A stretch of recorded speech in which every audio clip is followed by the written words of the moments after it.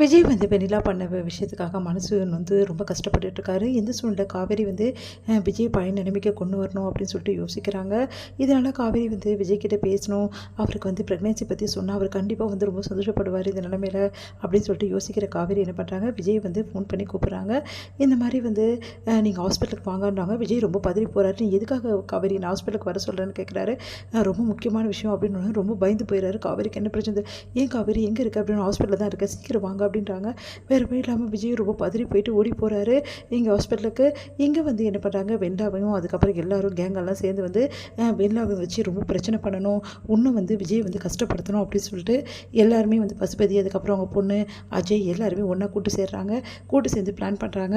அதன்படி வந்து வெண்ணிலாவை எப்படியாவது விஜய் கூட சேர்த்து வைக்க அதிரடியாக முடிவெடுக்கணும். கண்டிப்பாக வந்து விஜய் வெண்ணிலாவை தான் வாழணும், அந்த காவேரி இருக்கவே கூடாது அப்படின்னு சொல்லிட்டு முடிவெடுக்கிறாங்க. இங்கே வந்து விஜய் வந்து பார்த்துட்டு வந்து அப்படியே யோசிக்கிறாங்க. காவேரி என்னாச்சு காவேரி, உனக்கு எந்த பிரச்சனை இல்லைன்னு சொல்லிட்டு விஜய் பயங்கரமாக பதறி போகிறாரு. நீ ஃபோன் பண்ணி ஹாஸ்பிட்டலுக்கு போனால் ரொம்ப பதறி போயிட்டேன்டி, ரொம்ப பயந்து போயிட்டேன்டி அப்படின்னு சொல்லிட்டு வந்து கட்டிக்கிறாரு. ஒன்றும் இல்லை சொல்லிட்டு பயந்து போகிறாரு. எனக்கு ஒன்றும் இல்லைங்க அப்படின்றாங்க. எல்லாருமே அங்கே பார்த்துட்ருக்காங்க. இது ஹாஸ்பிட்டலுங்க, கம்முன்னு இருங்க அப்படின்னோடனே, சரி காவேரி எதுக்காக ஹாஸ்பிட்டலுக்கு வர சொன்னேன், உனக்கு எது பிரச்சனை, எனக்கு எதுவும் பிரச்சனை இல்லைங்க.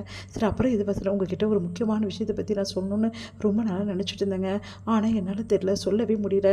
ஆனால் இந்த டைமில் உங்களுக்கு சொல்லணும்னு எனக்கு தோணல, அதனால் இந்த டைமில் உங்களுக்கு காட்டணும்னு நான் முடிவு பண்ணியிருக்கேன் அப்படின்னோடனே, அதிர்ச்சியில் நீ என்ன சொல்கிற காவேரி அப்படின்னோடனே, ஆமாங்க இந்த விஷயத்த உங்களுக்கு உணர்வுபூர்வமாக காட்டணும்னு நான் முடிவு பண்ணியிருக்கேன், அதனால தான் வர சொன்னேன் அப்படின்னு சொல்லிட்டு ஒன்றும் புரியாமல் யோசிக்கிறாங்க. நீங்கள் வாங்க அப்படின்னு சொல்லிட்டு ஸ்கேன் ரூமுக்கு கூட்டிகிட்டு போகிறாங்க.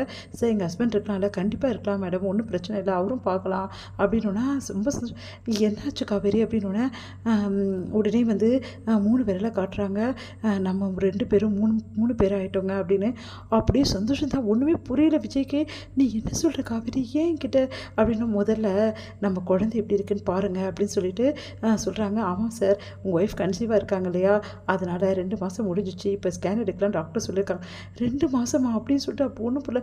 3 மாதம், இப்போ 3வது மாதம் சார், அதனால் ஸ்கேன் எடுக்கணும், அதனால தான் உங்களை வர சொன்னாங்க, உங்களை பார்க்கணும்னு மேடம் எப்போ சொல்லிட்டு இருந்தாங்க, இப்போ நீங்கள் வந்து ரெடியாக இருக்கீங்களா குழந்தைய பார்க்க அப்படின்னு. ஒன்றும் புரியல, உணர்ச்சி வசம் பயங்கரமாக இருக்குது. கையெல்லாம் பிடிச்சிக்கிறாரு நம்ம வந்து காவேரி கையை பிடிச்சிட்டு அப்படியே யோசிக்கிறாரு.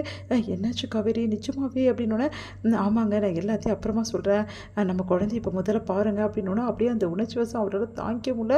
அப்படியே பார்க்குறாரு. பார்த்தா வந்து அப்படியே பொறுமையாக ஸ்கேன் எடுக்கிறாங்க. அந்த ஸ்கேனில் வந்து கொஞ்சம் கொஞ்சமாக தெரிகிற அவரோட உயிரை வந்து பார்க்குறாரு. பார்த்துட்டு ஒன்றுமே புரியல அவருக்கு. அப்படியே வந்து பார்த்துட்டே இருக்காரு. அப்படியே அந்த சின்னதாக துடிக்கிற மாதிரி காட்டுறாங்க. இதுதான் குழந்தைங்க, நல்லா பாருங்கள், இது உள்ளே தான் குழந்தை இருக்குது பாருங்கள் அப்படின்னு சொன்னோன்னே, உடனே வந்து யோசிக்கிறாங்க. அந்த வந்து ஸ்கேன் எடுக்கிறவங்க, சார் ஒரு முக்கியமான விஷயம், ஆனால் அதை டாக்டர் தான் சொல்லணும், நான் சொல்லக்கூடாது, இருந்தாலும் சொல்கிறேன் அப்படின்னு. என்னங்கன்னொன்னே, இதில் ரெட்டை கரு தங்கியிருக்கு சார் அப்படின்றாங்க. ரெட்டை கருனா ரெட்டை குழந்தைங்க அப்படின்னோடனே சந்தோஷம் தாங்க முடியல விஜய்க்கும் காவேரிக்கும். உடனே காவேரி அப்படியே வந்து விஜய் பார்க்குறாங்க. உடனே வந்து மேடம் இங்கே அசைக்காதீங்க, ஸ்கேன் சரியாக எடுக்க முடியாது அப்படின்னோன்னா, அப்படியே வந்து விஜய் பார்த்துட்டு இந்த மூமெண்ட்டை என்னால் தாங்கிக்க முடியும்னு அப்படியே அழறாரு. அப்படியே சரிங்க சார் முடிஞ்சிச்சு வெளியே போகலாம் அப்படின்னு சொல்லிட்டு வெளியே போனாங்க.